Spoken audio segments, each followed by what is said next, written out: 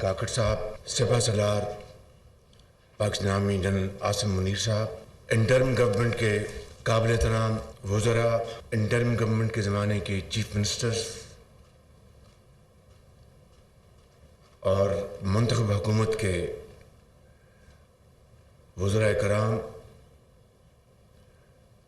منتخب وزراء اعلیٰ اور سرکاری و عسکری افسران، السلام علیکم۔ یہ میرے لیے ایک بہت خوشی کا لمحہ ہے کہ آج اس ہال میں پاکستان بھر سے تشریف لائے ہوئے مختلف سیاسی جماعتوں کے منتخب چیف منسٹرز، وزراء اور سرکاری افسران، چیف آرمی سٹاف اور ان کی ٹیم، یہ ایک بڑا پیغام ہے پوری قوم کے لیے کہ ہم سب یہاں پر جمع ہیں، اپنا اپنا ہمارا منشور ہے، اپنی اپنی ہماری اسٹریٹجی ہے، لیکن پاکستان کے لیے اور پاکستان کی ترقی، خوشحالی اور یکجہتی کے لیے آج ہم یہاں پر جمع ہیں۔ میں سب سے پہلے جناب انوار الحق کاکڑ صاحب اور ان کی ٹیم کا شکریہ ادا کرنا چاہتا ہوں کہ انہوں نے اس انٹرم پیریڈ میں بڑی ذمہ داری اور محنت سے کام کیا، اور اس کے ساتھ ساتھ میں army chief general Asim Munir صاحب اور ان کی ٹیم کا دل کی گہرائیوں سے شکریہ ادا کرنا چاہتا ہوں کہ انہوں نے جس طرح ہماری 16 ماہ کی حکومت کے دوران بھرپور تعاون کیا اور سپورٹ کی، اسی طریقے سے انٹرم گورنمنٹ کے زمانے میں بھی آپ نے جو قومی مفاد میں جو تعاون کا مظاہرہ کیا ہے، یہ ایک مثالی ہے۔ جون 2023 کی بات ہے جب SIFC مارز وجود میں آیا۔ اس کی تفصیل میں جائے بغیر میں یہ کہنا چاہتا ہوں کہ یہ کیوں مارز وجود میں آیا۔ بڑی جو 3-4 وجوہات یہ تھیں کہ پاکستان کے اندر اور پاکستان سے باہر سرمایہ کاری کے حوالے سے جو مشکلات تھیں، جو چیلنجز تھے، ان کو مختلف وجوہات کی بنا پر جو ارباب اختیار ماضی کے سالوں میں بغیر کسی نام لیے یا ہمارے بیوروکریٹس ان کو اگر حل نہیں کر پاتے تھے بغیر کسی تاخیر کے، تو اس کی کئی وجوہات تھیں۔ نیب کے حوالے سے جو کچھ جوڑا ہوا ہے ہم سب کو علم ہے، میں تفصیل میں نہیں جاؤں گا، اور اس کے علاوہ سرخ فیتہ جو کہ بدقسمتی سے ہمارے پاؤں کی زنجیر بن چکا، اور اس کے علاوہ انیفیشنسیز اور کیپیسٹیز کا نہ ہونا، یہ ہمارے لیے ایک میں سمجھتا ہوں کہ بہت بڑے چیلنجز تھے۔ محترمہ مریم نواز شریف، آپ تشریف لائی ہیں، آپ کو ہم خوش آمدید کہتے ہیں۔ میٹنگ ابھی ہم نے شروع کی ہے، یو آر موسٹ ویلکم۔ تو ان وجوہات کی بنا پر یہ SIFC مارز وجود میں آیا، اور آپ یقین مانیے میں یہ بات بلا خوف تردید یہ کہنا چاہتا ہوں کہ سپہ سالار جنرل عاصم منیر نے اس معاملے میں ایک کلیدی کردار ادا کیا۔ وہ کام جو پہلے شاید کسی نے نہ کیا ہو، انہوں نے آگے بڑھ کر بھرپور تعاون کا یقین دلایا۔ اور اس طرح اس حوالے سے